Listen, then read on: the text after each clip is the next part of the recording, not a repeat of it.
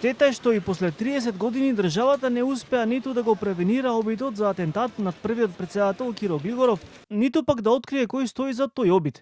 Ова е ставот на дел од присутните на денешната научна конференција. 30 години од атентатот врз претседателот Киро Глигоров, која поради изборите во октомври се одржа денеска.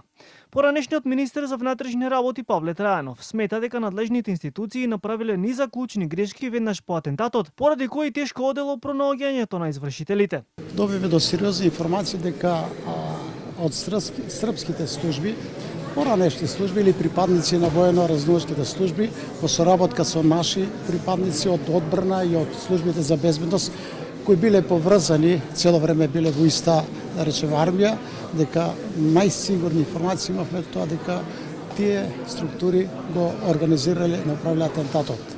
Така да не се расчисти и немаше политичка волја кај ниту една политичка партија докре да се расчисти. Според дел од аналитичарите, атентатот оставил сериозни последици врз државата тие години. Последици беа многу сериозни.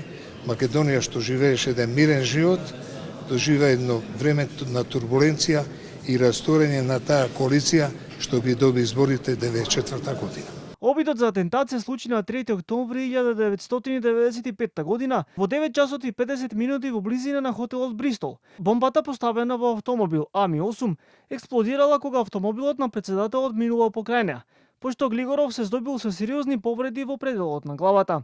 На местото на атентатот загинал неговиот возач Александар Спировски, а бил повреден телохранителот на Глигоров Илчо Теовски. Исто така, на повредите подоцна им подлегнал и Ристо Хаџиманов, пензионер кој бил случаен минувач покрај местото на настанот.